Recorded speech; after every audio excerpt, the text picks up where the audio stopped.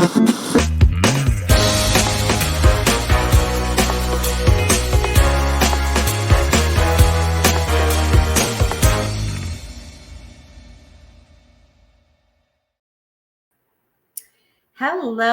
and welcome to the latest of Coffee with Kathleen.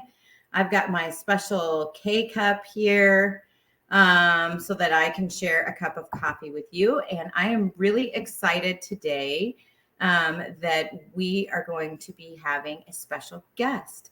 And the special guest today is a personal friend of mine, a coworker, somebody who I've been really excited to get to know after the last few years. And I'm excited for you to get to know him as well. And his name is Chris Lovelady. I also have another special friend joining us today, Chris. It's my dog who is insisting on sitting in my lap for this conversation. So he may have opinions about the things you say, just, letting you know in advance. Hi, Tubo. Nice. And did you bring your coffee cup, Chris? I did. So why is it a D when your initials are CL? My partner's name, Darian. This is his coffee cup. So I just steal it every morning because he doesn't wake up until like 12 o'clock. Nice. Well, I think it's fun that we both have initial cups, but mine has a K on it. So it just makes immediate sense. Yeah. So look, people can probably see a little of the chaos behind me. I am moving. I'm in the process of moving today. So next show I do will be Coffee with Kathleen. Will still be in my house, but it'll be my new house in Denver. Yeah. And it won't be in my living room anymore because I'm officially getting an office. So, which I'm super excited about. So the reason why I brought you on, not just because I like talking to you and, we can record our conversations anytime, I suppose, but is because you wrote an amazing piece, which we featured on our blog and we shared with our shops and dealers about being a person who has a disability and who also, interacts with car dealerships and repair shops, and what that experience is like for you. So I thought that was awesome.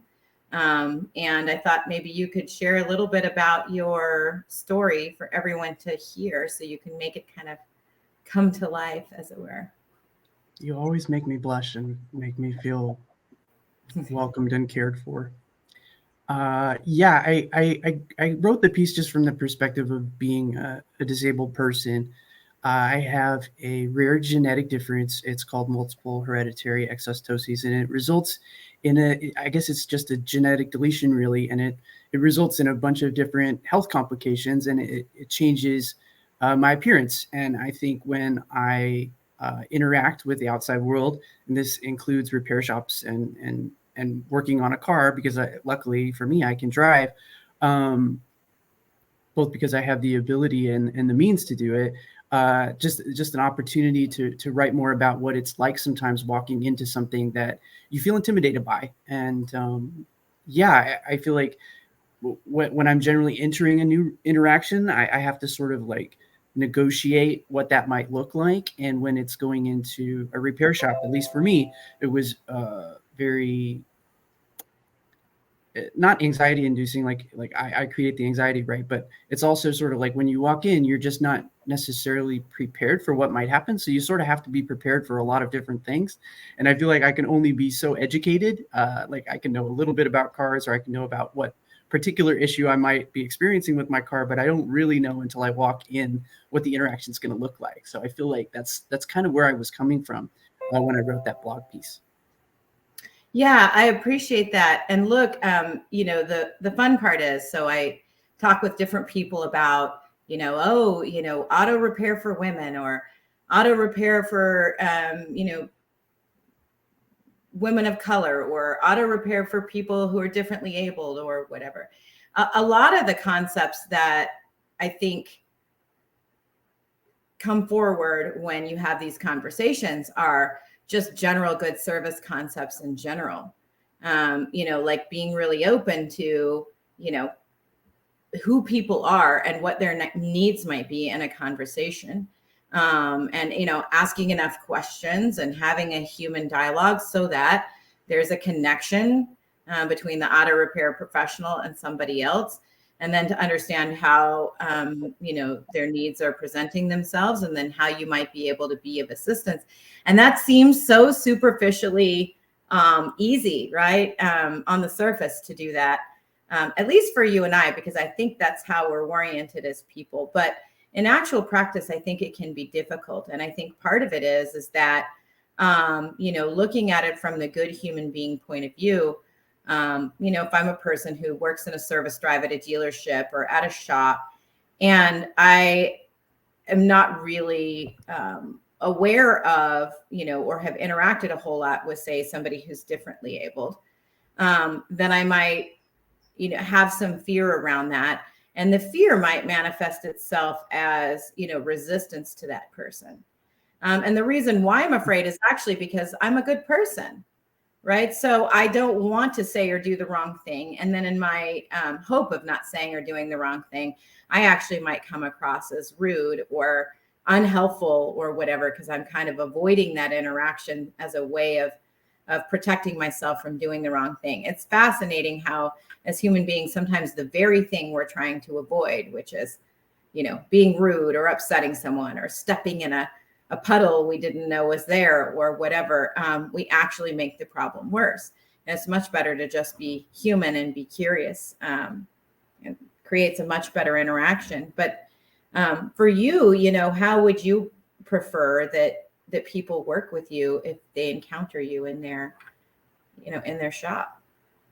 I think the first thing is that sense of making someone feel welcomed. I think there are many ways to do that. I mean, I couldn't probably run them all off, but just superficially, I think eye contact is so important. Like when I walk into an interaction, like the first thing that you do are looking in my eyes, not, what the top looks like down to the bottom and up again. And then the sense of being like genuinely greeted is also really important. Like, I feel like a lot of the time, it's like we're about to get to a business transaction and we want to run quickly to that like give and take. But the give and take before that is really important too. And that recognition that when like I walk in, I know I'm different. I know that every day. And I feel like it's very easy for me to like kind of go on the defensive when I think that, when I think I'm not necessarily being welcomed. Like I think that there's gonna, like you said, like maybe that other person doesn't mean me to feel like I'm sort of uncomfortable. They don't want me to feel uncomfortable, but I might feel otherwise unless I get that sense of being welcomed, that eye contact, that greeting, and then that sense of being like, hey, this is the issue I found with your car. Let's talk that out, like what it might look like, what the costs might look like, and then let you kind of like maybe ask me, hey, where are you at right now? Can I like put you into a position where you can think this out further, et cetera, just giving me a little bit of time. So I feel like those things all would give me that sort of like sense of being welcomed and then like sort of fostered as I'm making a decision. Cause I feel like a lot of the time, as a disabled person, I feel like sometimes that like agency is sort of like I have to think something through a little bit more, especially with like, what this might look like for my finances or what this might look like for my car, et cetera, because all those things are really important to us because we are, generally challenged in many different ways. So I feel like having all of that, together, that sense of being welcomed, that sense of being given time, and then that sense of like, sort of generally not rushed, then I feel like I'm entering an interaction where I'm cared for and fostered. Yeah. And like I said, I mean, these are good customer service principles in general, regardless of which human you are interacting with. That's what we all want. And ultimately, it's a core human need to want to feel connected to other human beings. And that's the place where genuine helpfulness comes. And, you're in a service drive because you want help, right? If you were capable of fixing your car yourself, then you wouldn't be there. And so when we are in need of service from others, really having them acknowledge us for who we are, and really being willing to, to help us is just one of those core things. And so I think that, that definitely makes sense for everyone. How do you feel you in general approach the world differently, given that, that you have these, present physical challenges, which, from what I understand, from what you've told me, manifest differently even day to day, how you're feeling day to day, what you're experiencing. How do you feel that you maybe approach your, just your life philosophically differently than you would if you didn't have this genetic disorder? I feel like well, maybe the best way to start with this is actually every day is an adventure. So like there's a new opportunity to like see how I'm gonna like negotiate this day, and I feel like that's a good way for me to move forward on the daily. And I'm sure lots of able-bodied people think about it like that too. But for me, the adventure is often really different. Like I don't know how my body is going to feel from day to day and week to week. Like I have a body that doesn't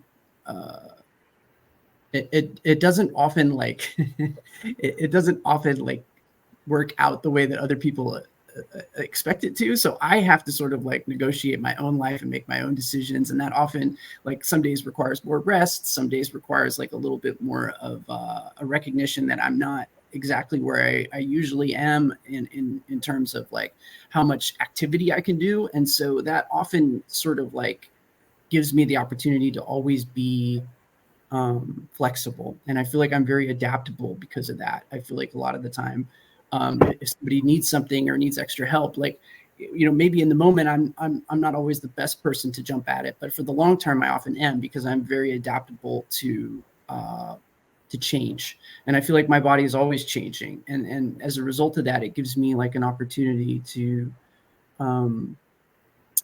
sort of live a little differently, I think, on the day-to-day, which I'm actually really grateful for. I think a lot of the time, in regards to disability, people maybe react with a degree of, and I did write this a little bit in the blog piece. It's like, oh, I feel sorry for you, or, oh, this is must be really tough for you. And I feel a lot of sympathy. And, I appreciate the sentiment and sense of caring, but I think it's also a little dismissive in the sense of it not necessarily recognizing my strengths, which is that because I live a little differently and have a different body, I'm used to adapting in ways that other people aren't. And I think that often it gives me a way of interacting and working in a world that other people don't necessarily have a lot of experience with. And sometimes, when something different happens to somebody that's used to living their like day to day the same way, it's often really traumatic, or it can be traumatic. And for me, I'm sort of used to my body not working the same way as other people. So I always have the opportunity to adapt and to think in a different way. And I think that that's one of the real strengths I have in my life. Yeah, I think there's a real wisdom that comes from having to be so in tune with, how your physical self is going to manifest on a given day. And in fact, like it's great life advice for anyone living in any body, which is, to wake up in the morning to assess like, who am I and how am I feeling today? And how am I going to approach my day? And how am I going to navigate what I need to get done given, where I currently am? And that awareness and that wisdom that you have to bring forth on a daily basis in order to be able to be who you are. I think is actually great advice for everyone. And, we often find that we find our true selves through, whatever challenges that life, may present us, which of course, everyone has challenges in their life. This is a particular one that, that you live with daily, that's not going anywhere. Right. So whereas, people talk about conquering challenges, yours is more like, how do you live inside of the challenge? And then not let the challenge, overtake you completely, or, allow the challenge to be more present on a given day because of how you're feeling. And then, the next day perhaps will be a different day. And I think you have come to understand that in a really unique way. So I appreciate that, what you said about really wanting people to see that strength side of you, which I've definitely experienced. So I feel lucky. to spend time with you in that space. And actually, I will just say for the record, as somebody, you were very upfront about being differently abled when we talked in the interview. And I didn't know how that was going to manifest for you on a day-to-day basis, meaning like, were you going to have more good days or more bad days in the future? That's not something you were able to predict at the time or whatnot. But I will say that you have been more reliable than employees that we have hired that weren't differently abled. The amount of time that you've missed due to your disability has been like minuscule. And so for people who are thinking about, oh, I don't know if I want to take on hiring a differently abled employee, I will just say, like, sort of for the record, you have been so completely dependable, reliable, and able to navigate work challenges in just the way that you described, in such a flexible and open-minded and intelligent way, because that's how you have to approach everything in your life. It has been only a benefit to RepairPal to have done it. So a lot of times people are like, well, I don't know if I want to take that chance. I'm happy you took the chance on us to create a space for you, not the other way around. And so I hope everybody is really hearing that, because I feel like so often people who are differently abled aren't paid appropriately, and they aren't in positions of appropriate responsibility, or, that are commensurate with their capability, because, people tend to have this feeling like, oh, we're doing this person a favor, or we're giving them a solid, or we're doing, these things, or they just don't hire them at all because they're concerned about, the ramifications to getting the work done. And I would love to be, a tiny part of hopefully turning things around or changing people's minds on that front. I mean, can I just say, Kathleen, too, I feel like this, and this is something I feel like I've tried to communicate not necessarily well all the time. You've never looked at something in a superficial way. I mean, you always give something extra time. And when I'm talking about being cared for and walking into a room and having my eyes met and not necessarily looking me up and down with a greeting, I mean that in the sense of it, like our connection as well. I feel like when I watch you address like a challenge or one of the people we work with or what have you, you've always given people a second opportunity and glance. Like you never just looked at something superficially. And I feel like maybe that's part of the reason why we have this connection is like, you see people for more than just the superficial. You see people in a deeper, more profound way, and you give people opportunities that might not otherwise get them. And I think that that's just a really special thing. Well, it's been special for me too, because then I have a better team than everybody else. So, I mean, the reality is that we are, we kick ass. And there's a reason why we do that. And it is, it's 110% the diversity of the team, which is something that I'm really proud of. And look, we can always get better because we're still in a male dominated space. And if you kind of count the numbers at the company, we've still got, we're still not perfectly balanced in all areas. And look, we're at 100 employees. It's tough to create the balance, although we could literally do 50-50, I suppose. Right. So, but the diversity and my own diversity journey has been intentional. And I, obviously I've learned a lot, and I've learned a lot too, because people have been open to teaching me, which, it's not the job of people who are differently abled to teach people. And it's not the job of people of color to teach people or whatever. But having said that, I'm profoundly grateful that people have, and that you're willing to share your experience. So, in this way, and on a public platform, which is not an easy thing to do. And you're not the most, loud, loquacious, person I've ever met in life. Having said that, you're very wise, and you have a lot of really good things that you can share with people. I'm grateful that you're doing that in various ways. It's a new chapter for you that I think has the opportunity to make a difference for all sorts of people, including, just hiring managers in general. How much better could their teams be if they had someone like you? And your background is so impressive. I mean, something people might not know about you, for example, is that you're a member of the Florida board. You're an actual attorney, which I can't say I always love talking to attorneys, but in this case, I hope to break the stereotypes. Yeah, all across the board, right? So there are places where applying your legal expertise actually is a kindness, and I know you work in some of those spaces as well. So that's awesome. Can I just say too? I feel like that you want to talk through, like that you're willing to talk through these journeys, with disability or people of color. I feel like I'm just kind of in the position of also sharing that I'm on a journey too, like with disability, with myself, and with other people as well. And like that opportunity to know that we're not going to get everything perfect as we're on the journey. Like some days I'm not doing my best. Some days I'm not, I might not handle a situation with my disability or with how other people react to it in a reasonable way. And that journey is going to continue. So like that sense of always it being an adventure is also an intellectual adventure, like that opportunity to continually be on a journey of accepting myself, accepting other people, and recognizing that disability is a part of our lives. And it will be a part of everybody's life, most likely. And I think that's I feel like it's just really important for me to acknowledge that we're all on a journey. That includes myself, and being on it, I think, is a really important part. And it's like you said, we talked about intention in the past, and I feel like in this sense, that recognition that people are going to be on a journey as well, I feel like is a great, again, going back to that fostering and being cared for thought. It's like that knowledge that I'm being fostered and cared for. I know that when other people are on that journey with me, and I can tell when you're on it.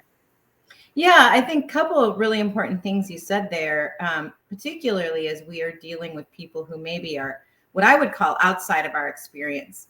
So people can be outside of our experience without being others. And the reality is if you're in any kind of, employee or customer facing role, you're going to deal with people outside of your experience often. And you have a choice of how you want to deal with those people. So first things first, you are going to make mistakes. I'm going to make mistakes. I have made mistakes, and I have yet to make certain mistakes, and I will continue to make them. And we will continue to evolve. We continue to evolve the language that we use around some of these concepts as we explore like what the best language is. We continue to evolve, concepts and our understanding around what people need and how we might be able to, to create the right kind of space for people and room for people and all of that. And in that, there's going to be a place where we're not, because it's impossible to be perfectly educated about everything, where we're going to ask somebody to do too much labor, where we're going to, say the wrong thing in a well-intentioned way or whatever. Because intent is different than impact. You can have all the great intent in the world, and your impact can be sour no matter what. Communication's hard. And we're going to get it wrong. And so I think understanding that we're going to continue to make mistakes. There's never going to be a moment in time where we're perfect. And so, what does that mean? Or what does that look like? And just allowing ourselves the space to make those mistakes. I think that's important because then we stop trying to avoid making mistakes. We engage with people, and then the mistakes happen. And then we work on understanding the impact of those mistakes and not repeating them. And that's really the formula for life. But the other thing that you said that just really hit me right now is that, if we're lucky, if we live long enough and we have, a long and fruitful life, we are all going to personally deal with being disabled. Mm-hmm. And I've seen this as my father's been aging, and actually he was diagnosed late in life with MS. And so it really is starting to affect him now as he's in his mid 80s. Right. And his mobility isn't what it once was, and so on.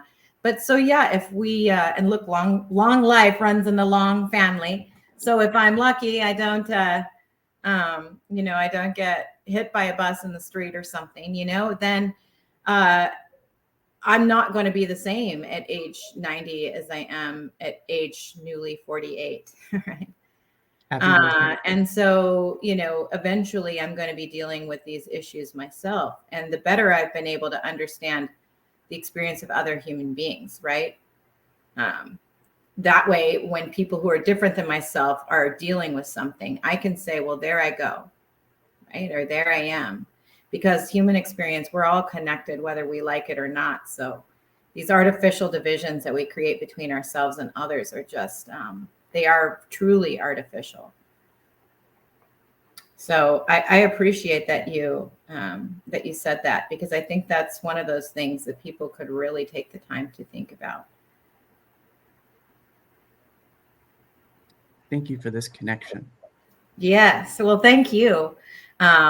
So, we work remotely, but Chris and I recently had the opportunity to hang out in person. And so as I was having my goodbye to California / birthday party. And so that was lovely. I really appreciated it. And probably it made this conversation even better. So I'm happy about that too.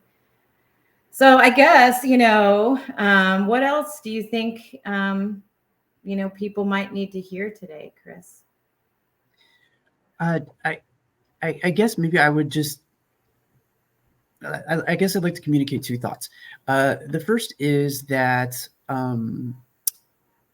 being a disabled person, like as I work through that part about talking about how other people might see me, like address me with a degree of pity, like, oh, I'm sorry for you, etc.